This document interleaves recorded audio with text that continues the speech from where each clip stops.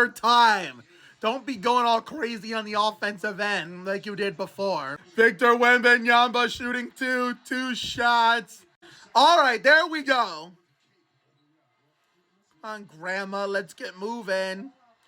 Not Wemby. I was talking about the officials holding up the game for Wemby's free throws. God, come on. Come on. Yes! And the shot clock is off, so it helps him a ton. Oh, no. They don't even need it. Oh, wait. Yes! Overtime! Holy shit! Okay, look at this, look at this, look at this. I wish I would have caught this, but I didn't realize it was getting close to the end. Okay, there we go. Look at this, look at this, look at this. I was like, shoot that damn thing, the shot clock's running out. Bang, bang, Tito Puente. Oh, Mama Wembanyama. All right. It all comes down to this. Either double overtime or we lose. Or we win. Gotta get the ball out of this SOB's hands. Gotta keep it out of his hands. Take it out of his hands. Get it out of his hands. What? How the fuck you want to say it? All right, shot clock is turned off, so it helps him. Defense. No, get his ass. Get his ass. Yeah! Oh, no. Yes! Yes! Yes! Yes! Yes! Wait, I think it's our ball. Yes! Spurs ball, baby! Come on, Bill. How did you not know they had a foul to give? Even I knew that. Foul! Yes! Clutch free throw. This guy's first free throw of the night, and it's when it matters the most. Even if you miss it here, who gives a shit? That'll do it, baby! We win! We win! Oh, yeah, yeah, yeah! Oh, yeah! Spurs win! Spurs win, baby! Wemby with a career night already in his first season. Woo! Oh, quick! Call 911! I'm having a big one! Oh, my God, yes! Hell of a game! Hell of a game! See you all this Sunday night for the Pontiac Excitement 400 at Richmond. Yes, sir. An Easter matinee this Sunday night on to Richmond. La reina de la noche, la diosa del mundo. Hell yes, that's what I'm talking about. It doesn't get any better than that. Yeah. Oh my God, this Tankathon 1.75 torch is turning out to be a fun one. This is a good way to close out, what has been for fans that have been able to tune in all season from start to finish, flag to flag for every game. Tankathon 2.0. The thing is, I was telling shout out to my friends Kayla and Lizzie from the Learning Farm. I was telling Kayla that every time an all-time Spurs great point guard wins a championship with us, they go leave to to other teams to finish out their careers and retire away from San Antonio. First Avery in 2001. Then TP in 2018, and then Patty in I think 2021, 22-ish, but man, so therefore we have this coming NBA draft. We have to find our next, Avery Johnson, Tony Parker, Patty Mills. We have to find the next version of that is just as good as Parker and Johnson and better than Mills. So let's face it, Patty Mills is a good player, not a great player. He's the only thing he's great is being an all-time Spur because of how long he was here and the massive impact he had on the team, which is why his 8 deserves to get hung up in the rafters of the SBC Center. The same way Malik Rose and Matt Bonner deserve to have their 31 and 15 have hung up in the rafters of the BC Center, which proves that these rookies that came and wore number 15, like Quindary, Weatherspoon, Joe Louise, never should have been allowed to take Bonner's number. Which is why I'm glad we waived Campaign, because how could you kept Campaign when we signed him for a tiny bit? he would have taken Bonner's number and I would have been pissed off. And it's also the most important reason why Aldridge should have never been allowed to take Bowen's number when he was here. Not that it matters, because that guy didn't even do shit here, as in, win anything. And then probably the biggest imposter in Spurs history, KBD, never should have been allowed to take Malik's number. So that's a whole nother tangent for another day, another video. But man, that was a fun game. So therefore, if we get an elite point guard in this summer's NBA draft, and if we get Tankathon 3.0 for my 28th year as a Spurs fan, we got to get Wemby's brother next. And though if that's the way, if we're going to suck again next year, even while getting a point guard in this year's draft, elite point guard, the next Avery Johnson, Tony Parker, Patty Mills, I'll be perfectly fine with that. As long as we can get Wemby's brother in the draft and, put all those three pieces together, the new big three, guess what? We'll be unbeatable again, as in good. So that's a topic we'll circle back to and revisit and, fully discuss come NBA draft season, when we're having a vacation in Cancun while all the contenders are competing for a championship. But right now, I want to talk about this fun ass game we had: the New York Knicks versus the San Antonio Spurs, and what was a rematch of the 1999 NBA Finals. And remember how I said on TikTok, when we were getting opening up, that this is not 1999, so the Spurs aren't going to have it as easy whether they win or lose. Well, I thought for sure with Brunson going La Vida Loca on us, New York Knicks style, I thought for sure we were going to win. I mean, we were going to lose because of Jalen Brunson. But I was praying to God that, guess what? Oh my sweet baby Jesus, my push notification on YouTube came up for the Spurs YouTube channel. Wemby had 40 fucking points for Sterling goddamn Marlin. Oh, this kid is going place in San Antonio. It's going to become the next Tim Duncan and David Robinson. We just need, like I said, elite point guard to be the next Avery Johnson, Tony Parker, Patty Mills. And we need someone to become the next Bruce Bowen, Sean Elliott. Oh my God. I think even though this is Tankathon 2.0 and next year more likely going to be Tankathon 3.0, I like where this ship is going. Let's keep it up. But so, oh my God, I lost my train of thought. What the fuck was I talking about? Oh, Jesus Christ. Stop it. Get some help. Okay, now I remember. So I was praying to God that we would make Jalen Brunson's career night go to waste, and at the expense of Wemby's career night in only year one. And guess what? We did the damn thing.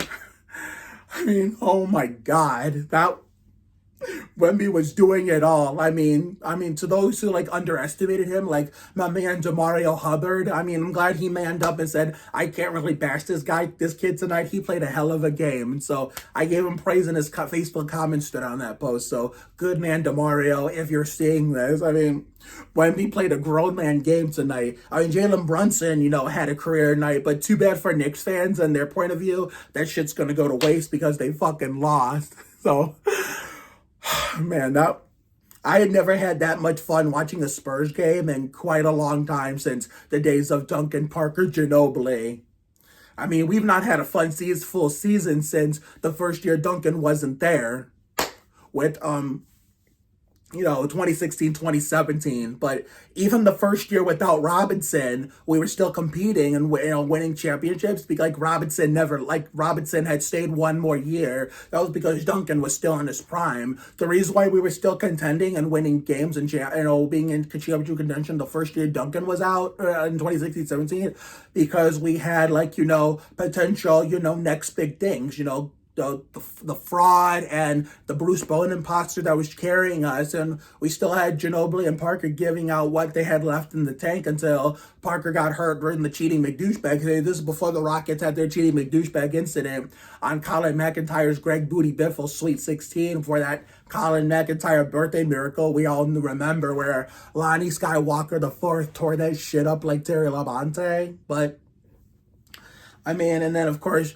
but that's what everybody forgets, who those Spurs fans are non-Spurs fans or big fans, say, if Kawhi doesn't get hurt, guess what? The Spurs actually win that series. Well, that probably is true, but you have to remember that was not just the fraud who got injured, the traitor. It was also Parker getting hurt before that in the conference semi, the second round versus the cheating McDouchebag, pre-cheating McDouchebag hurt our chances too. That was the beginning of the end. As soon as Parker got hurt in that series, I knew our season one way or another was not going to end well, because had Parker stayed healthy and, the fraud, he that shall not be named, well, before the Zaza doing electric slide under his ankle happened, he had injured it beforehand, I think, in game 5, which is why he didn't play in game 6 when we blew the cheating McDouchebags out at home and out of their own gym and knocked them out of the playoffs and ended their season. That's why he didn't play in that game. That's what everybody forgets, along with Tony Parker's injury. They sweep all that shit under the rug and want to focus on the Zaza shit. But yeah, I bet you we would have a better chance if everybody TP and the fraud stay healthy, and they probably would have made that more competitive. And it takes me back to 2016. Someone posted on Instagram, what if we didn't lose to OKC in the second round the year before, when Tim Duncan's last year? Would we have gotten past Golden State? In 2016. That's a good question. I feel like we probably would have put up a better fight against Golden State than OKC did. We wouldn't have blown a 3-1 lead like Golden State. Well, obviously Golden State did that in the finals, but in an alternate universe where the Spurs made it to the conference finals in 2016 and with the washed up Duncan in his last year, what we didn't know about, I bet you they would have put up a better fight than the Thunder did, because if they would have had a big commanding series lead, they would have blown it. So, and it would have been a Spurs-Cavs finals like a lot of people are expecting, especially Cavs fans who are obnoxious and, toxic, all of a sudden, because they have this one magical year after they waited 50 plus years to win something. But like I said, one magical season in any sport does not define a franchise, especially if you've been feast or famine year in and year out. And it was not just the young kids who probably weren't even alive during all those years, the Craig Elos or the Brad Dohertys or the Mark Prices. No, it was not just those who weren't born then. It was the elderly Cavs fans too. I mean, those are lesser of two evils, but, they had one magical season, and then guess what? They're remember back in those days when I was living La Vida Labyrinth with Kelly Berglund? I was on an island all by myself as the only major Spurs fan that was a non-Cavs fan in Cleveland. They had their day. I mean, sure, it was awkward as hell, but at the same time, it was annoying, going out in my neighborhood and then them, rubbing it in my face, not only because they were great and they had a chance at championship, but we were sitting on the couch and, after all the years we won championships. But now that, that ship has sailed, guess what? They're quiet now. They're not much better now. I mean, but I can't believe I just went on a tangent about that time period in my life. Wow. But now I forgot what I was talking about again because I went on a fucking tangent.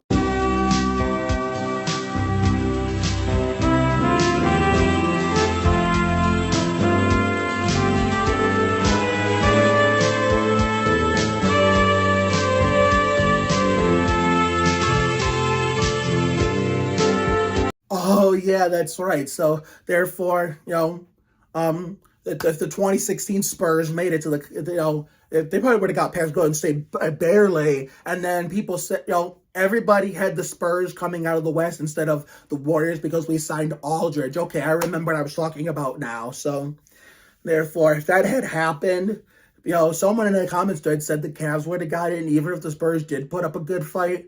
And I could see why, because Duncan was not the Duncan of even that 2014 championship or that 2013 finals run where he played amazing despite us losing in 7 or nearly winning it in 6. I mean, thing is, Caleb would have gave him work. And how is an older Ginobili and Parker going to stop Kyrie? How is he going to do that? And the only one that would have been able to do anything is the fraud to LeBron. I mean, sadly, we'll never know, and those probably don't, but didn't a washed up, they're probably wondering, didn't a washed up Robinson, still win the championship in his last year and went out on top? Well, that was a different time. At least Robinson still had Sure, Duncan was more durable in terms of how long he lasted until he couldn't do it no more. But Robinson was, as much as, he only lasted 14 years, Duncan lasted 19. Robinson could still do a little bit of stuff, at the level he was at, even with all those injuries he was dealing with from the year before in the conference, the first round against Seattle, and how he was washed up, he was washed up too, yeah, but it was not as egregiously washed up in 03 as Duncan was in 16 because, there's a difference between a washed up center and a washed up power forward. It could go either way, but yeah, Parker Duke getting hurt, in that 2017 series ruined our chances too. And then after all that drama happened in that 2017, and then it led to where we are today. So, and we all know DeJounte Murray balled out last night against the Celtics, on the Hawks. I even put it a rant on Facebook. Why the fuck couldn't he do that more consistently in San Antonio? It's like it always fucking happened as a Spurs fan. These last 5 years, we've been stuck in purgatory with the COVID in the bubble in 2019, 2020. Someone from this modern team, like after Parker retired, and with the Hornets, the same way Avery Johnson retired away from San Antonio, and Patty Mills most likely is going to retire away from San Antonio too with another team, because now he's in Miami. But ever since 2019, 2020, whether COVID in the bubble happens or not, someone that has played on this modern day Spurs team since that season ends up leaving, most notably to a contender normally. And guess what? They're playing better than they ever did in San Antonio. And it's more consistent that they do it, because even when they do it here, it's not all the time. And then guess what? They get rewarded for it. They get a championship. They get some kind of reward, all NBA first team or an all-star selections. Like, motherfucker, why couldn't that happen here? It's like, as soon as they leave and they go to the team, they start balling, and like a contender, they start balling out and they get rewarded for it. It's like ever since Duncan, Parker, Ginobili retired and all the other good players left, other teams have their own retirements, like, we can't have anything good anymore like we used to. But it'll take time. I hope this cycle doesn't continue with Keldon leaving, because Keldon's the only one from this young core that's been the case since 2020 that's left on the team. Because DeJounte's now in Atlanta, Derek's now in Boston, Lonnie's now in the Lakerland, and now he was playing good. We had some of my favorite people from my favorite shows tweeting about Lonnie getting his jersey. It's like, you serious right now? That's one that used to be one of our players in silver and black. He's doing for you guys on television from my shows what he couldn't do for your biggest fan, me, in San Antonio. I mean, what can you do? But hey, maybe we'll make up for it, and down the line, get some redemption from that luck by drafting elite point guard. We never heard of him. This year's drafting Wemby's brother, and the draft after that. So we'll keep our fingers crossed. But that was a fun ass game. Never had that much fun watching a Spurs game in my life since those glory days with Duncan, Parker, Ginobili, and even washed up Robinson, or pre-2002, 2003 Robinson, the twilight of his career until he got injured in game 1, round 1 versus Seattle, but early in that game in the Alamodome. But man, that could have been anybody's win. That could have been anybody's game. The Knicks could have, been able to capitalize on Brunson's career night, but they did, and they made it go to waste because Wemby had a career game. Had we lost on Wemby's career night, that would have been a career game gone to waste for him. So 2 career nights could have gone to waste, but luckily it was in favor of us, where ours didn't go to waste with Wemby. So a legendary night for him. He threw the ball into the grandstand, and whoever caught that ball is one lucky motherfucker in terms of being a fan. He probably made somebody's night, whether it be a kid, a teen, or an adult. But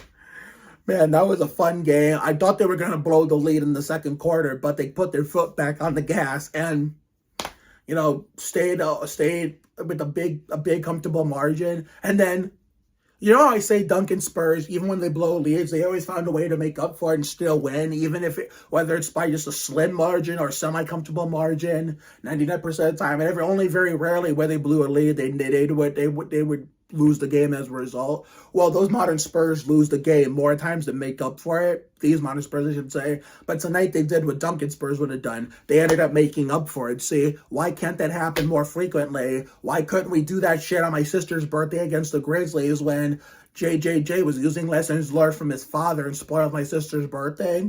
or most important of all, why couldn't we play this good when I was there against the Cavs? Where, don't kill me, my real life friends in Ohio who are watching this, I got to boo the Cavs with no repercussions because I perfectly fit in as a Spurs fan, like, with where the crowd's in their favor, even though I'm not from there. So it was like I was a part of them my entire life, as in being from San Antonio and living there. So not only was I booing them in, like, when they were coming out for warm-ups and booing them during the player intros, but when they were doing like a little mini game during the timeout, they put up some cards, of Texas, the Texas logo and the Ohio logo, and every time Texas got shown, they cheered, and every time the Ohio logo got shown, I didn't boo because I like the state of Ohio because of all the friends I have and my family and me originating here almost my entire life. So that was 50-50. So the state is fine, but as soon as they put a Cavs card, a logo up on a piece of cardboard, I booed the fuck out of that cardboard. And guess what? I got to get away with it because there was no Cavs fans in sight. That's like in terms of, hardcore fans that we normally meet with, the ones that we have here when the Spurs come to play.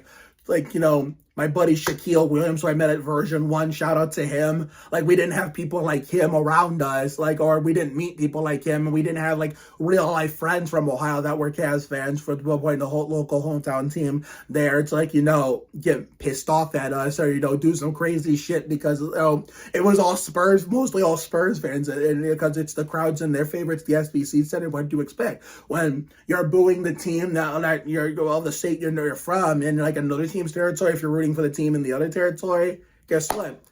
You get no repercussions and you just get off scot-free, and that's what happened to me. So why couldn't we play like this when we played the Cavs over there in over there when I was in town? When Zach Attack and that wannabe Kyle and Adam Petty tried to give us some Booty Barker action on The Price is Right with 20 seconds left. Who fucking knows? Can't always get what you want. You live by the sword, you die by the sword. You live and you learn. Some days you're the bat, some days you're the ball. But anyway, I need to get off this fucking thing so I can go eat, change my pajamas. I can cook a dinner, go get my edit and, well, first, no, it's no particular order. Edit and upload this, change my pajamas, go cook myself some dinner. Drink an ice cold Coke, and go watch my YouTube fix on to see how my fellow YouTubers did their thing today. So have a good night tonight and a better day tomorrow. Take care, everyone. Good night. Tomorrow we do the Richmond prologue with a haircut with my dad and cousin Kenny. We go to see my friends at the candy store, Vermilion Sugar Crush Candy. Dee Franks and her family. My bestie Laura's gonna be there. Sunday we got the Pontiac Excitement 400 at Richmond reaction video. I'll see you all for the next Spurs game, whenever that may be, when I don't have to work. So, see you later, everyone. Go Spurs, bitch. Oh, mama.